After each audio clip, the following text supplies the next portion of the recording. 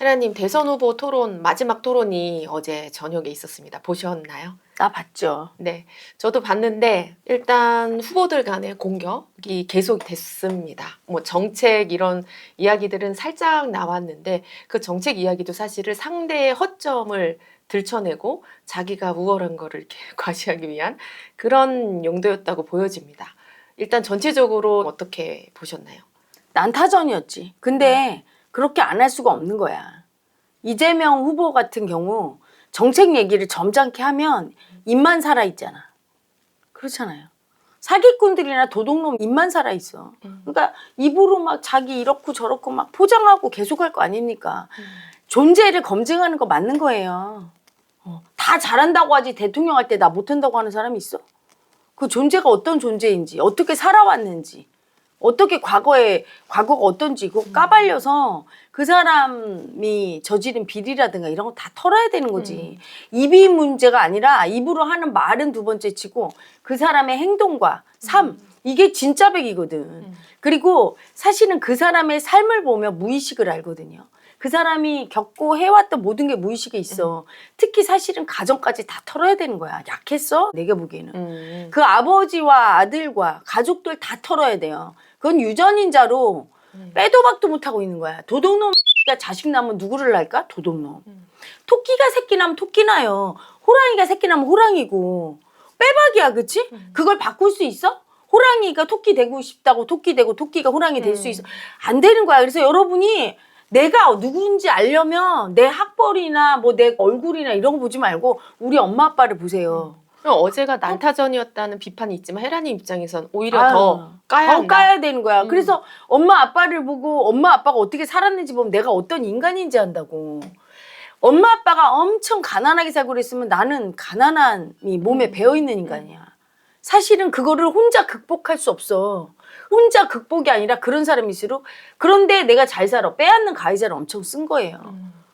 내 자식까지 그 유전인자가 가 있다고. 자식이 하는 행동을 봐도 나를 알 수 있는 거야. 그래서 나는 그걸 알기 때문에 무의식 속에 있는 그 유전인자가 모든 걸 하지 머리로 극복이 안 돼. 입으로 머리로 하는 말은 소용이 없다는 거 알아. 그래서 살아온 삶과 부모와 자식을 보면 돼요. 어제 그 부분에 있어서 가장 공격을 받았던 사람은 이재명 후보였습니다. 그래서 제가 제일 걱정하는 게 이재명 후보가 그래서 걱정되는 거야. 그건 피가 대물림 되기 때문에 이 마음 공부를 통해서 뼈를 깎는 고통으로 제가 수행을 했잖아요.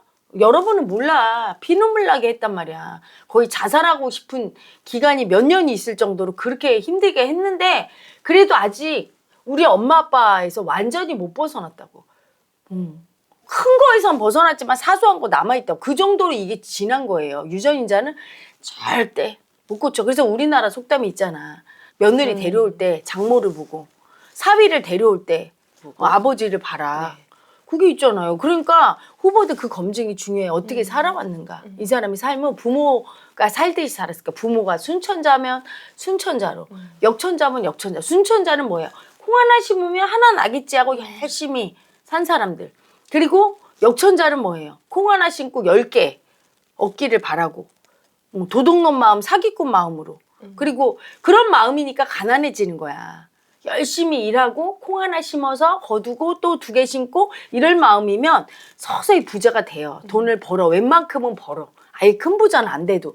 근데 늘 가난한 건 도둑놈 마음이 가해자 마음이 세게 있기 때문이라 검증을 더 철저하게 했어야 돼. 어제 우리 국민들은 그거 보고 언론에서 뭐라고 하더라고. 뭐 왜 그렇게 난타전하고 정책 얘기하는 거 들으면 나는 조동이로 그냥 짓거리는 쓸데없는 시간 낭비 같아. 왜 역대 대통령 중에 정책 발표해서 그대로 한 사람이 있어?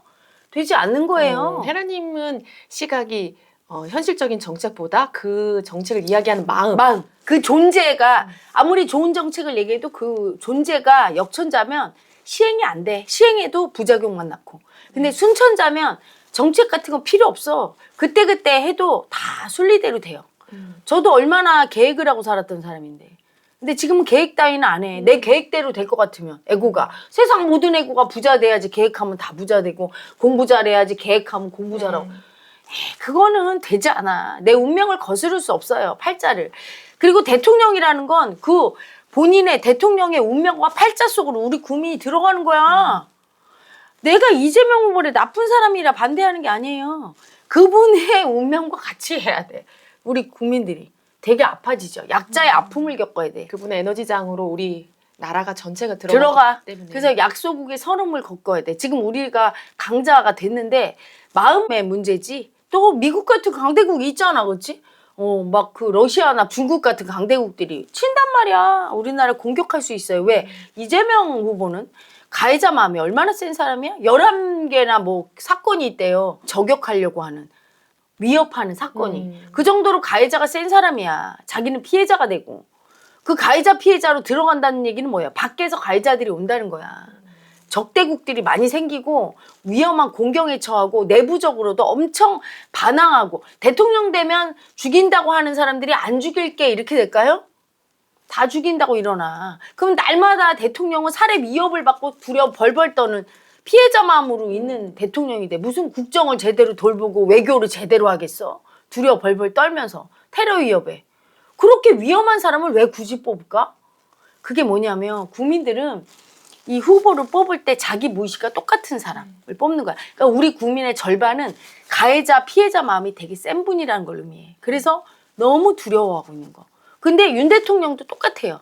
가해자, 피해자 마음이 센 사람이야. 그래서 두 분이 도플갱어야. 그래서 윤 대통령 같은 경우도 서부지방법원 난동 부리는 거 봐. 피해자라고 하면서 피해자야? 헌법재판소에서 판결 내리면 받아들여야 되는데 법원 판결 안 받아들이고 막 난동 부리고 들어가고. 그 정도로 가해자 피해자 마음이 센 사람, 그 운명이 아픈 사람은 이제 역사의 뒤안길로 가야 되는 거야. 순천자가 나와서 편안한 사람, 두려움 없는 사람이 해야 되는데 그러기 위해서는 철저한 송곳 검증이 필요하고 그 검증의 일환으로 심하게 상대를 수치를 주고 내가 수치가 올라왔을 때 어떻게 대처하는 걸 봐야 돼. 수치는 여러분 자기 수치가 올라오는 거야. 여러분 이렇게 생각하죠. 사람들이 나한테 심하게 공격하면 되게 수치가 올라올 때 저 사람 때문이라고. 아니요. 내가 없으면 안 올라와. 사람마다 똑같이 수치를 줘도 저는 수치 많이 줬어요. 일부러. 왜냐면 그거 청산시켜야 되니까 제자들. 사실 저는 어제 TV토론을 보면서 왜 이렇게 뭔가 심심하지라고 생각했는데 사실 저희는 여기서 공부하면서 헤라님의 팩폭을 거의 늘 일상처럼 매섭게 받으니까. 네, 그러니까 그거보다도 못한 나라의 지도자를 검증하는데 한 스윙 단체에서 서로 이제 청산하기 위해서 하는 그 팩폭보다도 못하다는 생각이 들어서 아 이게 별게 아니었네 이 생각이 들더라고요. 저는 더 심한 강도로 해요. 왜냐하면 들어보시고 싶은 분들은 수행을 오시거든요. 심한 강도로 하는 네. 이유가 수치 빙의가 뜨거든. 똑같이 공격을 해도 누구는 별로 안 뜨는 분이 있어. 그러면 그건 공부된 사람이야. 강자 막. 근데 심하게 뜨면서 조그만 얘기를 해도 막 발을 하면서 화를 내거나 두렵다고 하면서 나한테 왜 그렇게 얘기하냐고 고집불이 올라오고 그러면 그 수치 빙의가 센 사람. 사람마다 다르죠. 그러니까 강자 마음인가 약자 마음인가 검증하려면 찔러보면 되는 거야. 수치를 딱 줬을 때 얼마나 딱 받아들이고 아 죄송합니다 하면서 대처를 하고 그렇게 할 수 있는가가 이 사람의 존재를 검증하는 건데 어제 보니까 막 날카롭게 한다고 하는데 사실은 막 핵심을 찌르면서 센 에너지로 해야 되는데 에너지가 센 사람은 김문수 후보 한 사람이고 이준석 후보는 그냥 미움으로 말할 때마다 권영국 후보랑 둘이 개미움이 공명을 하니까 수치 빙의가 수치 빙의를 공격을 해요. 그러니까 이게 조금 말만 과격하지 에너지는 약했어. 네. 오히려 김문수 후보가 좀 에너지가 세지. 네. 세게 이렇게 공격을 했고 이재명 후보는 수치 빙의가 올라오니까 어때요? 쩔쩔매지 그치? 사실 명쾌하게 답변을 한 하시질 게 없어. 않았었어요. 아무것도 한 게 없어. 왜냐면 너무 수치가 올라오니까. 그리고 그게 다 팩트인데 팩트를 아니라고 그냥 부정할 수밖에 없었어. 그냥 계속 거짓말할 수밖에 없는 거야. 미안하다고 사과하거나 그거는 잘못된 거라고 하거나 그런 식으로. 예를 들면 뭐 사법 리스크 공격에 대해서도 조작이다. 과일을 얼마나 많이 먹었으면 코끼리냐. 네, 집에 코끼리 키우시냐. 너 톤으로 먹었다 막 그 막 계산까지 해서 하니까 그래서 그게 허위라고. 허위가 있습니까? 카드로다가 쓴 게 있는데 그리고 생각을 해보세요. 아랫사람이 했다고? 그럼 아랫사람들이 과일 사가지고 가서 세금으로 가져가서 먹었다는 얘기입니까? 그 말이 돼? 윗사람의 허락 없이 그래 아랫사람들이 그런 사람들 전부 다 공금 횡령이지 그러면 자기들이 알아서 그걸 다 세금으로 사 먹었다는 얘기입니까? 그 운전기사가 나와서 김혜경 여사가 공간에다가 과일 채워놓으면 그걸 가져갔다. 제가 그때 제 수치 청산했어요. 전 수치 거의 안 올라오거든. 거의 안 올라오는 사람이 아무리 쳐맞아도 안 올라. 그러니까 위시를 할 수 있어. 근데 기사 보고 수치가 올라왔어. 세상에 보통 수치가 아니구나. 이 집안이 개수치 집안이구나. 아니 김혜경 여사도 똑같은 수치구나. 나 같으면 남편이 그렇게 해서 공간에서 그 과일 가져가라 그러면 남편이 얘기해 줬으니까 그러겠지? 나 같으면 좀 작작해. 우리가 과일 사 먹을 돈이 없어. 왜 이렇게 구질구질해. 아랫사람 보기 부끄러워서 못하겠어. 난 못해요. 죽었다 깨나도 부끄럽지. 아랫사람은 그걸 뭐 들고 오겠습니까? 운전기사가 가서 그걸 담아서 가져오는데 그 꼬라지를 보이면서 윗사람이 그렇게 해. 여러분 같으면 존경이 올라와? 어? 세금을 그냥은 떼어먹으면 법에 걸리니까 법에 안 걸리게 떼어먹으려고 공간에 넣는 건 과일 넣는 거는 그거는 공금으로 가능하니까 채워 넣고 가서 그거를 갖다 다 쓸어 담아서 집에 가지고 와. 그걸 또 아랫사람이 보고 있는 데서 하네. 아이고 창피해라. 영리서 얼굴이 부끄러워서 어떻게 얼굴 들고 다녀. 두껍기가 정말 이거 하나만 보면 아는 거야. 뭐 법하니 다른 사법 리스크 필요 없어. 그런 사람을 날마다 봐야 돼. 그게 안에서 새는 바가지 밖에서도 샌다고 우리 국민이 너무 수치가 올라와서 바꾼 거예요. 김건희 여사나 윤 대통령에 대해서. 너무 수치가 올라와서 지지율이 그렇게 떨어졌는데 이재명 후보 수치 안 떤다고 암만 결심해도 소용없어. 수치 빙의는 떠는 거야. 김건희 여사나 윤 대통령 수치 떨고 싶었겠어? 수치 빙의 올라오니까 온갖 수치를 떨어갖고 마지막에 자폭한 거야. 너무 수치스러워서 비상계엄. 그런데 이재명 후보 나 그거 하나 보고 정남이가 뚝 떨어졌어. 어디 저런 처신을 하고 부끄러움을 모를까? 아랫사람 보기 창피하지 않아? 왜 그러는데? 그것도 엄청 큰 돈이고 진짜 가난해. 그럼 몰라. 아니 과일을 얼마든지 사 먹을 수 있게 충분히 넉넉하게 급여를 받는데 그 짓을 왜 하는 거야. 정말 난 부끄러워요. 그런데 김문수 후보는 어제 우리 그 스텝 중에 한 명이 미담 얘기해 주대. 운전기사 택시 기사를 200 몇십 번을 했대요. 김문수 후보가. 왜 민심 들으려고. 그래서 자기는 아메버사 같다고 생각했다고. 감동했더라고 우리 스텝이 나한테 그 미담 알려주면서. 그래서 그 도민들이 경기지사 시절에 도민들의 애환을 다 들어준 거야. 다 들어주고 늦게 퇴근하고 그 운전기사 하루 종일 얼마나 힘들었겠어. 그걸 하고 나서 그 택시기사 그 입금을 해야 돼. 그 택시기사를 자기가 그냥 한 게 아니라 시험을 봐서 택시기사 그 시험을 봐서 하니까 입금을 해야 되잖아. 그 돈이 모자란대요. 네, 그거를 들어주다가 못 채우니까 네. 자기 사비로 넣었다고 하더라고. 자기 돈으로. 이런 사람도 있는데 누구를 뽑을 거예요? 여러분 뭐 조동희로 정책 안만 얘기해. 정책 왜 하겠어. 자기 과일 사 먹으라고 정책하겠지. 정말 나 같으면 어제 그것도 얘기하면서 그게 지도자로 되는 거냐. 마음 얘기했을 거야 나는. 이게 맞냐. 안 부끄러웠냐. 그렇게 얘기하면서 부부가. 운전기사가 그렇게 얘기할 때 눈치 보면서 본인이 안 부끄러웠냐. 그러면서 지도자 영이 서냐. 국민이 그런 지도자 보는 게 맞다고 생각하냐. 사퇴할 생각 없냐. 계속 물었을 거야 나는. 네. 김문수 후보가 이재명 후보의 그런 부분들을 지적하시고 마지막에 저는 기억에 남았던 게 마지막 멘트를 하실 때 이재명 후보의 그런 부분들을 다 언급을 하셨어요. 지인들이 누군가는 이제 정치를 그만하십시오 하고 죽었다.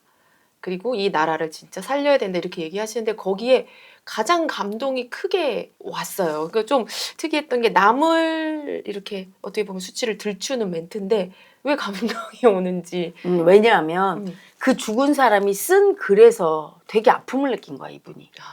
그러니까 그 아픔이 나오니까 그게 각성해야 되는 게 이재명 대표는 그 아픔을 느끼지를 못하는 분이야. 아픔을 못 느끼니까 그분이 남긴 글을 보고도 그냥 정치하는 거야. 그냥 이분은 자기가 아플 때만 울어. 남이 아플 때 안 울어. 남이 아플 때 국민이 아플 때 우는 건 그건 악어의 눈물이지. 본인 자기 재판 들어갈 때 아프다고 울잖아. 그렇지. 언제 자기를 때문에 죽은 사람들 생각하고 국민 앞에서 울어본 적 있나? 그거 본 적 없거든. 나 모르겠다. 잡아떼고 김문기인가 그분은 죽었는데도 그랬잖아. 정말 잔인할 정도로 남의 아픔은 매정한 사람이고 남의 아픔을 이해해주는 장면이 있었다면 그건 자기가 권력을 얻기 위해서 아픔을 이해하는 척하면서 쇼질이겠지. 그 약자 마음에 집착하는 그 좌파 중에 일부 인사들은 그런 행보를 보여요. 내가 이렇게 아픔을 이해한다고 쇼질하면서. 진짜 이해할 때는 이해하는 거 뭐예요? 자기의 권력도 내려놓고 기득권을 내려놓고 손해볼 수 있을 때 이해하는 거거든. 손해는 절대 안 봐. 그 아픔을 이용해서 이익 보려고 하는 거지. 그리고 늘 자기를 위해서 울지요.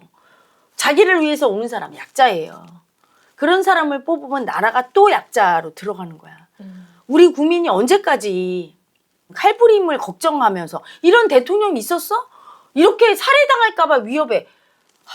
본인이 그게 약자의 아픔으로 나 이렇게 두려워할 때 막 방탄유리 들어가라고.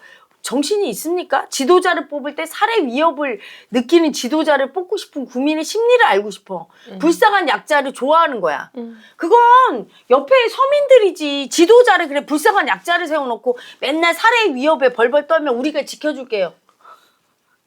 나라가 약자가 되지요. 정말 내가 답답해. 이 마음 공부 안 하니까 그런 약자가 좋은 거야. 자기 약자 마음 다 버려서 불쌍하다고 좋아하는데 그걸 밖을 보고 저렇게 살해당할까 봐 두려우면 그 동정표가 가고.